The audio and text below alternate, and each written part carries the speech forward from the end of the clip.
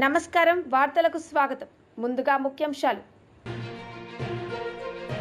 మాజీ మంత్రి కేటీఆర్ మీడియా సమావేశం, పలు అంశాలపై వివరణ.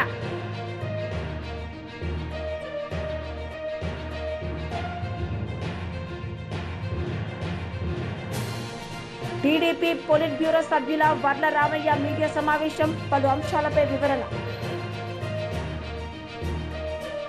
టీడీపీ పొలిట్ బ్యూరో సభ్యులు వర్ల రామయ్య మీడియా సమావేశం నిర్వహించారు. సందర్భంగా ఆయన మాట్లాడారు. వాళ్ళ పార్టీ కార్యకర్త కొర్లకుంట నాగమల్లేశ్వరరావు అనే అతను ఆత్మహత్య చేసుకొని చనిపోయాడు అని సంవత్సరం 2 నెలల తర్వాత ఈ రోజున అతన్ని ఓదార్చడానికి ఓదార్పు యాత్ర పేరిట బయలుదేరాడు ఆయన. నేనంటున్నాను, ఈ రోజున జగన్మోహన్ రెడ్డి గారు చేసిన ఈ ఓదార్పు యాత్ర పేరిట చేసిన ఈ యాత్ర, this is nothing but a vulgar exhibition of his wealth. అతనుకున్న అవినీతి సంపదని ఒక్కసారి ఎక్స్పోజ్ చేసుకున్నాడు. నా దగ్గర ఉన్న అవినీతి సొమ్ముతో నేను జనాన్ని ఏ రకంగా మాయ చేయగలనని చెప్పి ఈరోజు యాత్ర ద్వారా అతను చెప్పాడు తప్పితే అది నిజమైన యాత్ర కాదు. నిజమైన యాత్ర అయితే చనిపోయిన వెంటనే వెళ్ళి పలకరించాలి. అప్పుడు ఖాళీగా ఉన్నాడు ఆయన. 4వ తారీఖు ఎన్నికల ఫలితాలు వచ్చినాయి. కానీ చంద్రబాబు నాయుడు గారి ప్రభుత్వం అతను ఆత్మహత్య ప్రయత్నం చేసే రోజుకి చంద్రబాబు నాయుడు గారు ముఖ్యమంత్రి కాదయ్యా జగన్మోహన్ రెడ్డి, మీరే ఆపద్ధర్మ ముఖ్యమంత్రిగా ఉన్నారు. నాకు తెలిసి మీరే ఆపద్ధర్మ ముఖ్యమంత్రి. 4వ తారీఖున ఎన్నికల ఫలితాలు వచ్చినాయి. 5వ తారీఖున అతను గడ్డి మందు తాగాడు, ఆసుపత్రికి తీసుకెళ్లారు, చికిత్స పొందుతూ 9వ తారీఖున చనిపోయాడు. Everybody nose. ఇక్కడ ఎఫ్ఐఆర్ కూడా ఉన్నది దానికి సంబంధించి. This is the FIR, crime number 126/2024 under section 174 CrPC of Sattenapalli town police station. This is the FIR. అతని ఆత్మహత్య గురించి 4వ తారీఖున ఎన్నికల ఫలితాలు వచ్చినాయి. 5వ తారీఖున పొలంలో గడ్డి మందు తాగాడు. నిజామాబాద్ ఎంపీ ధర్మపురి అరవింద్ మీడియా సమావేశం నిర్వహించారు. సందర్భంగా ఆయన మాట్లాడారు. అన్నిట్లోకి వెళ్లకుండా మేజర్గా దివ్యాంగులు వచ్చారు. పాపం specially challenged people they have come. అందులో వాళ్ళకి కాంగ్రెస్ పార్టీ చేసిన వాగ్దానాలు, వాళ్ళ పెన్షన్ని 6,000కు పెంచుతామని, ఓల్డేజ్ పెన్షన్లు 4,000కు పెంచుతామని, స్పెషల్లీ ఛాలెంజ్డ్ వాళ్ళకి ఫ్రీ బస్ పాసులు చేస్తామని, ఇటువంటి చిన్న చిన్న ప్రామిసులు కూడా దట్టు స్పెషల్లీ ఛాలెంజ్డ్కి చేసిన ప్రామిసులు కూడా ఇంప్లిమెంట్ చేయని దౌర్భాగ్యపు ప్రభుత్వం ఈ కాంగ్రెస్ ప్రభుత్వం. కనికరం లేని ప్రభుత్వం కాంగ్రెస్ ప్రభుత్వం. మహిళలకు కూడా 4,000 పెన్షన్ చేస్తున్నారు, చేయలేదు. ఇటువంటి ఇక్కడ తెలంగాణలో బీజేపీ భరోసా పేరు మీద ఈ కార్యక్రమం చేపడతా ఉన్నాము. గ్రీవియన్స్ సెల్ ఏర్పాటు చేసి అందరు పబ్లిక్ రిప్రజెంటేటివ్స్ రోజు ఒకళ్ళు కూర్చోవటము. ఇది కార్యక్రమం సెంట్రల్ గవర్నమెంట్లో కూడా, సెంట్రల్ పార్టీలో కూడా జరుగుతూ ఉంది. బీజేపీ సహయోగ్ పేరు మీద ఒక ప్రోగ్రెసివ్ స్టెప్ ఇది. సమాజంలో ఎటువంటి గ్రీవియన్సెస్ ఉన్నా కూడా అక్కడ వచ్చి యూనియన్ మినిస్టర్స్ కానీ ఎంపీస్ కానీ చెప్పుకునే పరిస్థితి క్రియేట్ చేయడము, ఇది భారతీయ జనతా పార్టీ కేంద్ర నాయకత్వం యొక్క మంచి ఆలోచన. దీన్ని అందరూ సద్వినియోగం చేసుకోవాల్సిందిగా నేను కోరుతా ఉన్నాను. ఇది కంటిన్యూ అవుతుంది కూడా.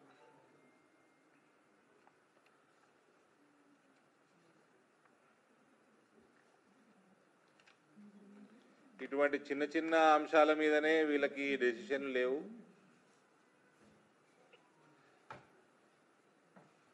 వీటికే పైసలు లేవంటున్నాడు. రేవంత్ ఇవాళ ఏ గ్రామానికి వెళ్ళినా ఏ పట్టణానికి వెళ్ళినా కాంగ్రెస్ పార్టీ యొక్క ఇమేజు భూస్థాపితం అయిపోయింది. ఇప్పుడు ఉన్న ప్రభుత్వము దేనికి వనికిరాని పనికి మాలిన ప్రభుత్వం అన్నది ప్రజల నిర్ణయానికి కూడా వచ్చేసింది. ఇవన్నీ కూడా కప్పిపుచ్చుకోవడానికి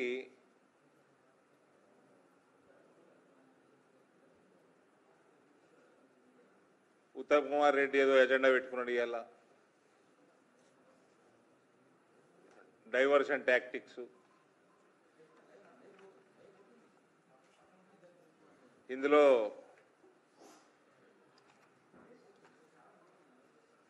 పార్టీ నిర్ణయం మేరకు 4 గంటలకి ఏం చేయాలో 4 o'clock ఉందా అయినా మీటింగు. ఇంకో విషయం ఇలా గ్రీవియన్స్లో తెలిసింది ఏంటంటే టీఎన్జిఎస్ పాపం phase 2లో ఇచ్చిన ప్లాట్లు ఈ కేసీఆర్ అనేటోడు phase 1లో చెన్నారెడ్డి గారు అప్పుడెప్పుడో ఇచ్చినాయి, అన్నీ అయిపోయినాయి, రిజిస్ట్రేషన్లు అయిపోయినాయి, ఇల్లు కట్టుకున్నారు, ఉంటున్నారు. phase 2లో కూడా చాలామంది ఇల్లు కట్టుకున్నారు, కానీ ప్లాట్లు కూడా రిజిస్టర్ చేయలేని దౌర్భాగ్యుడు కేసీఆర్. వాళ్ళకి 120-130 ఎకరాలు ఇచ్చి వాళ్ళకి రిజిస్ట్రేషన్లు ఆపేసి 10 ఎకరాలు లంచం అడిగిండట కేటీఆర్. అలా సొసైటీ నుంచి మొత్తం 10 ఎకరాలు లంచం ఇస్తే అప్పుడు రిజిస్టర్ చేస్తానన్నట. ఇక ఇటువంటి వాళ్ళు కూడా రాజకీయాలు చేస్తూ ఉన్నారు. అయ్యనేమో ఇచ్చినా నువ్వు చెప్పుకుంటాడు గొప్పలు, కొడుకేమో మా అయ్య ఇచ్చిన దాంట్లో నాకు 10% వాటా అంటాడు. This is Kalvakuntla family. That is why I say they belong to jail అని. వైసీపీ రాష్ట్ర ప్రధాన కార్యదర్శి సతీష్ కుమార్ రెడ్డి మీడియా సమావేశం నిర్వహించారు. సందర్భంగా ఆయన మాట్లాడారు. 100 మందికి మాత్రమే మేము అనుమతిస్తామని చెప్పి నిబంధనలు పెట్టడం ప్రజాస్వామ్యంలో చెల్లుతుందా అని చెప్పి ఈ ప్రభుత్వాన్ని నేను ప్రశ్నిస్తున్నా. చంద్రబాబు నాయుడు గారు 40 సంవత్సరాల ఇండస్ట్రీ మీది, ఈ రాజకీయం కొత్త కాదు. 40-50 సంవత్సరాల నుంచి మీరు రాజకీయాల్లో ఉన్నారు, ఆల్మోస్ట్ 50 సంవత్సరాలు అనుకుంటా. అసలు మీరు పెరిగినటువంటి పద్ధతి ఏంది, ఈరోజు మీరు అనుసరిస్తున్నటువంటి తీరు ఏంది నాకైతే అర్థం కావడం లేదు.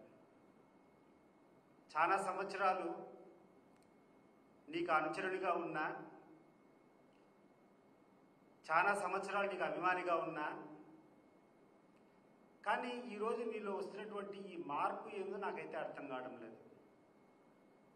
ఎందుకు ఇంత దిగజారిపోతున్నావో నాకు అర్థం కావడం లేదు. నేను ఎంతోమంది మహానాయకులు చూసా, ఎంతోమంది లీడర్లు ఈ దేశంలో ఈ రాష్ట్రంలో చూసినాను. రాను రాను ప్రతి ఒక్క రాజకీయ నాయకుని యొక్క జీవితంలో ఒక మెరుగైనటువంటి పద్ధతులను, వారికి ఉండేటువంటి చెడు అలవాట్లను వదులుకొని ఒక గొప్ప నాయకునిగా పరిణితి చెందేటువంటి ప్రక్రియ నేను చూశాను. కానీ మొట్టమొదటిసారి ఒక నాయకుడు రాను రాను రాజుగుర్రం ఏదో అయిందని చెప్పేటువంటి సామెతగా దినదినం దిగజారేటువంటి పద్ధతి మీలో చూస్తున్నాం. దీనికి కారణం ఏంది చంద్రబాబు నాయుడు గారు? ఒకసారి మీరు విశ్లేషించుకోండి. అసలు ఈ రాష్ట్రంలో ఏం జరుగుతూ ఉంది? పూర్వకాలం ఒకసారి మన యొక్క పురాణాల్లో మీరు చూస్తే, మహాభారతంలో చూస్తే, ధృతరాష్ట్రుడు ఏ రకంగా దుర్యోధను చేతుల్లో అతని కబంధ హస్తాల్లో చిక్కొని కౌరవ సామ్రాజ్యానికంతా సర్వనాశనానికి కారణమయ్యాడో, ఆ రకంగా ఈరోజు నీ యొక్క కుమారుని యొక్క పదవీకాంక్ష వల్ల, మీ యొక్క కుమారుని యొక్క దుశ్చర్యల మూలకంగా సర్వనాశనం అయ్యేటువంటి పరిస్థితులకి ఈ రాష్ట్రాన్ని, నీ పార్టీని, ప్రజలందరినీ కూడా తీసుకొని పోతున్నావు. అది గమనించమని నేను కోరుకుంటున్నాను. నీ మీద నాకు ఇంతకుముందు అభిమానం ఉంది కాబట్టి, ఇంతకుముందు నీ దగ్గర అంచనగా ఉన్నాను కాబట్టి ఈరోజు నీకు గుర్తు చేస్తున్నాం. అసలు ఏ రకంగా ఈరోజు ఈ రాష్ట్రంలో ఈ పరిస్థితులు దిగజారుతున్నాయి ఒకసారి ఆలోచన చేయి. ఏంది మీరు మాట్లాడే తీరేంది? నీ కొడుకు ప్రవర్తించేటువంటి తీరేంది? ఈ రాష్ట్రంలో ఉండేటువంటి పరిస్థితులు ఏంది? నీ పత్రికలు నువ్వు చేసేటువంటి ప్రచారం ఏంది? అసలు నిన్నగాక మన కూర్చొని కడపలో నువ్వు పెద్ద సభ పెట్టావు, లక్షల మంది తోలుకున్నావు. ఆ రోజు నీకు అనుమతులు ఇచ్చేదని నీకేం ఇబ్బంది కనపడలేదా? ఈరోజు జగన్మోహన్ రెడ్డి గారు పోతామంటే ఒక పల్లెకు ఒక అభిమానుడి యొక్క విగ్రహ ఆవిష్కరణకు ఇన్ని ఆంక్షల స్వయంగా ఎస్పీ కూర్చొని ఆ ఉన్నటువంటి చుట్టుపక్కల గ్రామాల్లో ఉన్నటువంటి వాహనదారులకందరికీ కూడా మీ యొక్క వాహనం కనపడితే మీ అందరి వాహనాలు సీజ్ చేస్తామని చెప్పి భయపెట్టడం జరిగింది. అక్కడటువంటి లోకల్ లీడర్లకు అందరికీ కూడా ఆంక్షలు పెట్టి నోటీసులు ఇచ్చి మిమ్మల్ని ఎక్కడ కనబడితే అరెస్ట్ చేస్తామని చెప్పడం జరిగింది. ప్రత్యక్షంగా ఎస్పీ కూర్చొని ఎవరైనా ఈ సభలో పాల్గొంటే మేము చట్టపరంగా వాళ్ళకు తీసుకోవాల్సినటువంటి అనుమతి లేదు, ఎవరైనా అరెస్ట్ చేస్తాం. మాజీ మంత్రి కేటీఆర్ మీడియా సమావేశం నిర్వహించారు. సందర్భంగా ఆయన మాట్లాడారు. రేవంత్ రెడ్డి అన్న తిరుపతి రెడ్డి FTL ఇల్లు కడితే కులగొట్టది.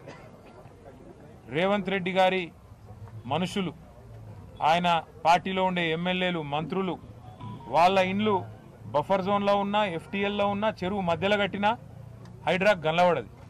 కానీ అదే గరీబోడు కుటుంబం సైజు పెరిగి ఒక ఫ్లోర్ ఎక్కువ వేసుకున్నా లేదా కొద్దిగా ముంగటికి వచ్చినా ఇవాళ చిన్న గల్లీలల్లో ఎక్కడైతే కనీసం ఒక ఆటో కూడా చక్కగా రాదో ఆ గల్లీలలోకి వచ్చి ఆ గల్లీలల్లో ఇలా గరీబోళ్ళ మీద ప్రతాపం చూపెట్టి విచ్చలవిడిగా ఎక్కడికక్కడ హరాస్మెంట్ చేస్తూ ఉన్నది ఈ ప్రభుత్వం. ముఖ్యంగా అటు GHMCని ఇటు హైడ్రాని అడ్డం పెట్టుకొని ఇలా రేవంత్ రెడ్డి నుంచి మొదలు పెడితే కింద ఉండే చోటా మోటా చిన్న చిత్కా లీడర్ల దాకా హైడ్రా అంటేనే ఒక బ్లాక్మెయిల్ దందాలాగా మారిపోయింది. అట్లా ఈరోజు ఇక్కడ సర్దార్ మృతికి కూడా కారణం కేవలం కాంగ్రెస్ ప్రభుత్వం యొక్క హరాస్మెంటు, వీళ్ళ యొక్క దుర్మార్గ విధానాలు తప్ప ఇంకోటి కానే కాదు. ఇప్పుడు శ్రీనివాస్ యాదవ్ గారు ఒక మాట అన్నారు, 10 ఏళ్లలో తెలంగాణ వచ్చిన తర్వాత కేసీఆర్ గారు చేసిన పని ఏంటంటే హైదరాబాద్లో ఇక్కడ ఉండే గరీబోళ్లకు పట్టాలు ఇచ్చిండు. ఇక్కడ ఉండే గరీబోళ్లకు 1,00,000 మందికి జీవో నంబర్ 58 కింద ఉచితంగా పట్టాలు ఇచ్చి మీరుండాలి, బాగుండాలి, మీ పిల్లలు బాగుండాలి, మీ భవిష్యత్ తరాలు బాగుండాలని చెప్పి చూసింది కేసీఆర్ నాయకత్వం. నోటరీ ప్రాపర్టీస్, ఇప్పుడే మా కార్పొరేటర్లు ఇద్దరు దేదీప్య గారు, రాజ్ కుమార్ చెప్తా ఉన్నారు, అన్న ఇవన్నీ నోటరీ ప్రాపర్టీస్ అని. నోటరీ ప్రాపర్టీస్ని కూడా రెగ్యులరైజ్ చేస్తేందుకు, ఎందుకంటే హైదరాబాద్లో ఓల్డ్ సిటీలో కానీ స్లమ్స్లో కానీ హైదరాబాద్లో 1400 స్లమ్స్ ఉన్నాయి. ఈ స్లమ్స్లో చాలా చోట నోటరీ మీదకి వెళ్ళి ఉంటాయి డాక్యుమెంట్స్. ఆ నోటరీ ప్రాపర్టీస్ని కూడా రెగ్యులరైజ్ చేసేందుకు కేసీఆర్ ప్రభుత్వం ఉన్నప్పుడే మేము క్యాబినెట్లో నిర్ణయం తీసుకొని కార్యక్రమం కూడా మొదలుపెట్టినాం. ఇలా రేవంత్ రెడ్డికి ఏమైనా బుద్ధి ఉంటే, ఆయన ప్రభుత్వానికి ఏమైనా పేదల పట్ల ప్రేమ ఉంటే చేయాల్సిన పని ఏంది? ఈ నోటరీ ప్రాపర్టీస్ని కూడా రెగ్యులరైజ్ చేయాలి. రెగ్యులరైజ్ చేసి వాళ్ళకు ఒక భరోసా కల్పించాలి. అవసరమైతే ఆ భూహారతో ఏదో తెచ్చిరు కదా అందులో పెట్టి మేము చేసిన దానికంటే ఒక రవ్వ ఎక్కువ చేయాలి పేదోళ్ళకు. కానీ నువ్వేం చేస్తున్నావు? పేదోళ్ళు ఇల్లు కట్టుకుంటే ఒక డాబా వేసుకుంటే అందులో వచ్చి పొక్క కొట్టాలి, వాడు నువ్వు పార్టీలో చేరపోతే నేను సంపుతా అనాలి, చిన్న దుకాణం ఉంటే దుకాణం కొట్టాలి, కడుపు మీద కొట్టాలి, గరీబోని కడుపు మీద కొట్టి నోటికాడి పువ్వు గుంజుకొని ఆగమాగం చేసి ఆఖరికి ఆత్మహత్య కుసుకొల్పింది ఇవాళ అరాచక కాంగ్రెస్ ప్రభుత్వం. ఖచ్చితంగా ఈ కాంగ్రెస్ ప్రభుత్వం చేసే అరాచకాలకు మేము ఖచ్చితంగా అడ్డం పడతాం. మొత్తం బీఆర్ఎస్ కుటుంబ సభ్యులందరం కూడా, ఎమ్మెల్యేలు కావచ్చు, ఎమ్మెల్సీలు కావచ్చు, ఒక్క పిలుపుతో ఎక్కడ అరాచకం జరిగినా గతంలో హైడ్రా బాధితులకు అండగా నిలబడ్డం, మూసీ బాధితులకు అండగా నిలబడ్డం, లగచర్లలో భూములు గుంజుకుంటామంటే అక్కడ అండగా నిలబడ్డం. నిన్న అలంపూర్లో కూడా దన్వాడల అక్కడ కూడా రైతులకు అండగా నిలబడ్డది బీఆర్ఎస్ పార్టీ, కేసీఆర్ గారి సైనికులు. రేపు కూడా నేను ఒకటే అంటున్నా, హైదరాబాద్లో ఎక్కడైనా సరే ఏ పేదవాడి మీద రేవంత్ రెడ్డి ప్రతాపం చూపెట్టినా మీకు అండగా ఉండేది, ఖచ్చితంగా మీకు అండగా నిలబడేది బీఆర్ఎస్ పార్టీ మాత్రమే. ఎందుకంటే మాకు తెలుసు హైదరాబాద్ నగరంలో ఇవాళ ఒక్క బోరబండ తీసుకుంటే ఇట్లాంటి స్లమ్లో ఒక 100 ఉంటాయి, ఈ 100 గల్లీలు ఉంటాయి. ఇటువంటి ఈ 100 గల్లీలల్లో ఏది రైటు, ఏది రాంగు, ఏది లీగలు, ఏది ఇల్లీగల్ అంటే దేవుడు కూడా చెప్పలేడు. మరి అటువంటిది కావాలని ఒక బిల్డింగ్ ఏదైతే బీఆర్ఎస్లో పట్టుకొని దాన్నే కొట్టాలి, ఒక బిల్డింగ్లో ఒక కేసీఆర్ సానుభూతి పరుడో అభిమానం కార్యకర్తను ఉంటే వాళ్ళనే సతాయించాలనే విధంగా ఏదైతే అధికారులు కూడా కాంగ్రెస్ నాయకులు ఆడించినట్టు ఆడుతున్నారో వాళ్ళకు కూడా నేను చెప్తున్నాను, అన్ని రోజులు ఒక్క తీరు ఉండయి. ఇలా ఏ అధికారులు అయితే అతి చేస్తుండ్రో, ఏ అధికారులు అయితే కాంగ్రెస్ వాళ్ళు ఆడిచ్చినట్టు ఆడుతుండ్రో, కాంగ్రెస్ పార్టీ కార్యకర్తలు లెక్క పనిచేస్తుండ్రో, ఇది మంచిది కాదు. అధికారం ఎవ్వలకు శాశ్వతం కాదు. మొన్నటిదాకా 10 ఏళ్ళు మేమున్నాం, ఇలా వాళ్ళకు అవకాశం వచ్చింది. రేపు మళ్ళా బరాబర్ తెలంగాణలో మళ్ళా కేసీఆర్ గారికి అవకాశం వస్తుంది. వచ్చి జలవనరుల శాఖ మంత్రి నిమ్మల రామానాయుడు మీడియా సమావేశం నిర్వహించారు.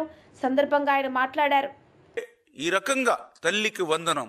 ఎంతమంది పిల్లలుంటే అంతమందికి కూడా 13 + 2 15,000 రూపాయలకు వాళ్ళకి అందించడం కానీ, అంటే ఇంత పెద్ద ఎత్తున ఈ 10-12 నెలల కాలంలోనే ఆర్థిక పరిస్థితి సహకరించకపోయినా ఇంత పెద్ద ఎత్తున అభివృద్ధిని, సంక్షేమాన్ని ఈవేళ ఆంధ్రప్రదేశ్ రాష్ట్రంలో గత 10 నెలల నుంచి కూడా పాలన సాగిస్తూ ఒక ప్రశాంతమైనటువంటి వాతావరణం ఈరోజు ఆంధ్రప్రదేశ్ రాష్ట్రంలో ఉంటే, అటువంటి ప్రశాంతమైనటువంటి వాతావరణానికి భంగం కలిగిస్తూ ఈరోజు ఆంధ్రప్రదేశ్ రాష్ట్రంలో అలజడులను సృష్టిస్తూ ఒక కుట్రపూరితమైనగా ఈ యొక్క ప్రభుత్వానికి చెడ్డ పేరు తీసుకొచ్చేటువంటి విధంగా, ఆంధ్రప్రదేశ్ రాష్ట్రంలో లా అండ్ ఆర్డర్ లేదు అనేటువంటి విధంగా మరి ఈ యొక్క కుట్రపూరితంగా ఈరోజు ఎవరైతే ఈ యొక్క జగన్మోహన్ రెడ్డి చేసేటువంటి కార్యక్రమాలు ఈరోజు చూస్తూ ఉన్నాం.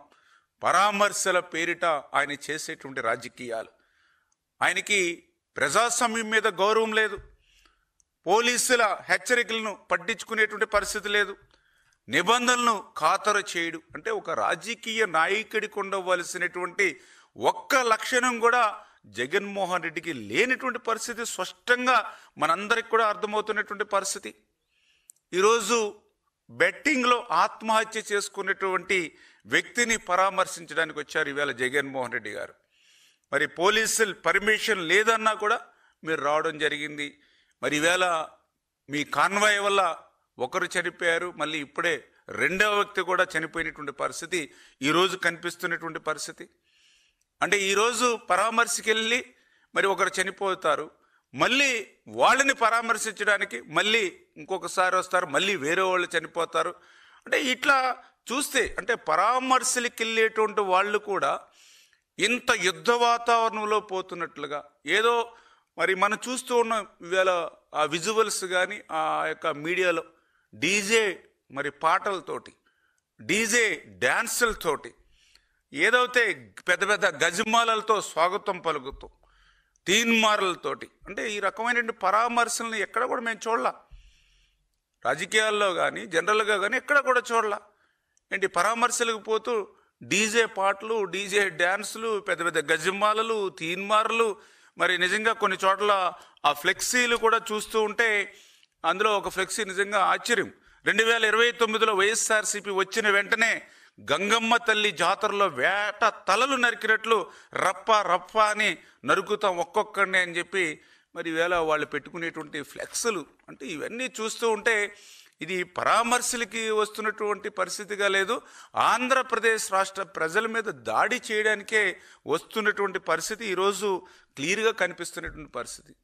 అందులో కూడా మరి ఏదైతే ఆయన కాన్వాయ్లోంచి మరి తగిలి ఎవరైతే మరి మధ్యాహ్నం ఎవరైతే చనిపోయారో మరి ఆయన ఒక దళిత బిడ్డ, అంటే ఒక దళిత బిడ్డ మరి చనిపోతే నిజంగా ఆయన్ని వెనువెంటనే మానవత్వం అనేటువంటి ఏ వ్యక్తి అయినా సరే యాక్సిడెంట్ అవుతే ఇమ్మీడియట్లీ ఆ కాన్వాయ్ ఆపుకుని ఆ ఎవరైతే గాయాల పాలిన వ్యక్తిని ఆ యొక్క అంబులెన్స్లో కానీ లేదా వైఎస్ఆర్సీపీ మహిళా విభాగం రాష్ట్ర అధ్యక్షురాలు ఎమ్మెల్సీ వరదు కళ్యాణి ప్రెస్ మీట్ నిర్వహించారు. సందర్భంగా ఆమె మాట్లాడారు. ఏం జరిగినా మహిళల మీద అఘాయిత్యాలు జరిగినా వెళ్ళరు. సొంత జిల్లాలో ఏ మహిళల మీద ఇన్ని అఘాయిత్యాలు జరిగాయి, హత్యలు జరిగాయి, ఎక్కడికి వెళ్ళిన పరిస్థితి లేదు. నివాసం ఉంటున్న విశాఖపట్నంలో ఇన్ని అత్యాచారాలు జరిగినా ఎక్కడికి అయినా వెళ్ళి ఆ కుటుంబానికి భరోసా ఇవ్వడం, ఆ అమ్మాయిలకి ధైర్యం చెప్పడం ఉండే పరిస్థితి మనం చూడలేదు. అలాగే మొన్ననే చూసాము అనంతపురం జిల్లాలో ఒక బాలికని 6 రోజుల క్రితమే తల్లిదండ్రులు కంప్లైంట్ ఇచ్చినా కనిపించడం లేదని పట్టించుకోకపోవడం వల్ల 6 రోజుల తర్వాత ఆ అమ్మాయి శవమై తేలిన పరిస్థితి చూసాము. ఇంత పెద్ద సంఘటన జరిగిన హోమ్ మినిస్టర్ గారు కనీసం పట్టించుకోలేదు. అలాగే శ్రీ సత్యసాయి జిల్లాలో తెలుగుదేశం పార్టీ కార్యకర్తలు ఒక మైనర్ బాలికను, ఒక దళిత మైనర్ బాలికను దారుణంగా వీడియోస్ తీస్తూ అత్యాచారం చేశారు. అది 6 నెలలు అత్యాచారం చేసి చాలా దారుణమైన పరిస్థితులను అక్కడ కూడా హోమ్ మినిస్టర్ గారికి వెళ్ళడానికి తీరిక లేదు, స్పందించడానికి కూడా తీరిక లేదు. అంత దారుణంగా అంత నిర్లక్ష్యంగా ఉండే పరిస్థితి మనం చూస్తూ ఉన్నాము. కానీ సాక్షి మీద తీసుకుంటే ఆ రోజు అక్రమ కేసు పెట్టడానికి, లేని విషయాన్ని సృష్టించడానికి, కంప్లైంట్ ఇవ్వడానికి మాత్రం ఈవిడికి తీరికుంది. వెంటనే పోలీసుల దగ్గరికి వెళ్ళి కంప్లైంట్ ఇవ్వడం జరిగింది. వీడియో కాల్లో స్పందించడం ఏంటి హోమ్ మినిస్టర్ గారు? స్వయంగా వెళ్ళి ఏం జరిగిందో తెలుసుకోవాలి కదా. మనం ప్రజాస్వామ్యంలో ఉన్నామా, రాక్షస రాజ్యంలో ఉన్నామా? ఎంత దారుణమైన పరిస్థితులు జరుగుతున్నాయి. ముఖ్యమంత్రి గారైతే చెప్పారు, ముఖ్యమంత్రి అయిన వెంటనే ఈ రాష్ట్రంలో ఎవరు ఆడబిడ్డపై చెయ్యేసినా అదే వాళ్ళకి చివరి రోజు అనేసి. మరి ఎంతమంది ఆడబిడ్డల మీద చేతులు వేస్తున్నారు, వాళ్ళ ప్రాణాలు తీస్తూ ఉన్నారు. మరి చివరి రోజు అవుతుందా ముఖ్యమంత్రి గారు అని నేను అడుగుతున్నాను. మీ సొంత నియోజకవర్గంలో ఒక మహిళ మీద ఇంత దారుణంగా మీ టీడీపీ కార్యకర్తే దాడి చేశాడు, చెట్టుకు కట్టేసి అంటే ఎంత హేయమైన చర్య. మీరు దీనికి స్పందించరా, కఠిన చర్యలు తీసుకోరా అని నేను అడుగుతూ ఉన్నాను. అలాగే డిప్యూటీ సీఎం గారు అసలు మహిళల మీద ఎవరైనా చేయి వేస్తే తాట తీస్తానన్నారు. మరి ఎక్కడ తాట తీస్తూ ఉన్నారు? ఇన్ని సంఘటనలు జరుగుతున్నాయి రోజు ఈ జరుగుతున్న సంఘటనల గురించి మేము ప్రెస్ మీట్స్ పెట్టి చెప్తూ ఉన్నాము. అయినా మీరు ఎవరికి తాట తీసిన పరిస్థితులు అయితే కనిపించడం లేదు. అసలు ఈ సంఘటన కూడా సాక్షి వాళ్ళు వెళ్ళి ఆ విషయాన్ని వెలుగులోకి తీసుకొస్తే అప్పుడు ప్రభుత్వం కానీ పోలీసులు కానీ స్పందించారు. అంతవరకు పట్టించుకున్న దాఖలాలు లేదు. అంత దారుణంగా మహిళల భద్రత గాలికి వదిలేసిన పరిస్థితి ఈ రాష్ట్రంలో ఉంది. తీసుకుంటే ముఖ్యమంత్రి గారు, అలాగే లోకేష్ గారు, అలాగే డిప్యూటీ సీఎం గారు, హోంమంత్రి గారు ఏం చెప్పారు? పచ్చబిల్ల వేసుకుంటే చాలు, ఏ తప్పు చేసినా వదిలేయండి అని. అలా వదిలేయండి అని చెప్పడంతో ఈ తెలుగుదేశం పార్టీ కార్యకర్తలు ఈరోజు కాలకేయుల్లా మారిపోయారు. రోజు ఇలాంటి సంఘటనలు, అఘాయిత్యాలు మహిళల మీద జరుగుతూ ఉండడాన్ని మనం చూస్తూ ఉన్నాము. ఈరోజు తీసుకుంటే ఈ రాష్ట్రంలో పొలిటికల్ గవర్నెన్స్, రెడ్ బుక్ రాజ్యాంగానికి ఇచ్చిన ఇంపార్టెన్స్ మహిళల మాన ప్రాణాల రక్షణకి ఇవ్వని పరిస్థితి మనం చూసాం. ముఖ్యమంత్రిగా ప్రమాణ స్వీకారం చేసిన వెంటనే ముఖ్యమంత్రి గారు ఏమన్నారు? ఈ రాష్ట్రంలో ఇంకా పొలిటికల్ గవర్నెన్స్ అమలు అవ్వాలి అని చెప్పి కలెక్టర్లకి, ఎస్పీలకి ఆదేశాలు పబ్లిక్గా ఇవ్వడం జరిగింది. దాంతో కార్యకర్తలకి భయం ఎక్కడ ఉంటుంది? అసలు ఇన్ని వరుస సంఘటనలు జరుగుతూ ఉన్నాయంటే దానికి కారణం ఏంటి?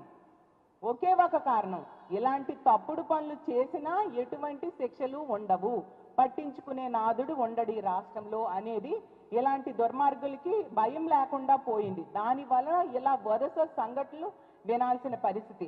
మరి అనంతపురంలో మనం చూసాం ఎంత దారుణంగా. ఉమ్మడి అనంతపురం జిల్లాలో ఒక చాలా దారుణమైన సంఘటనలు విన్నాం మనము. ఒక అమ్మాయిని హత్య చేయడం, ఇంకో అమ్మాయిని 6 నెలలు అత్యాచారం చేయడం. కనీసం రాష్ట్ర ప్రభుత్వంలో ఎవరైనా వెళ్ళి ఆ కుటుంబానికి పరామర్శలు చేశారా?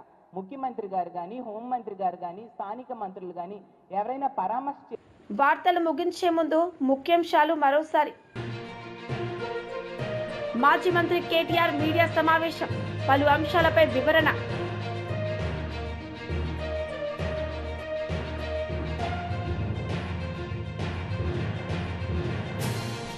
టీడీపీ పొలిట్ బ్యూరో సభ్యుల వర్ల రామయ్య మీడియా సమావేశం, పలు అంశాలపై వివరణ. ఈ వార్తలు ఇంతటితో సమాప్తం. తిరిగి ప్రసారమయ్యే వార్తల్లో మళ్ళీ కలుద్దాం. అంతవరకు సెలవు. నమస్తే.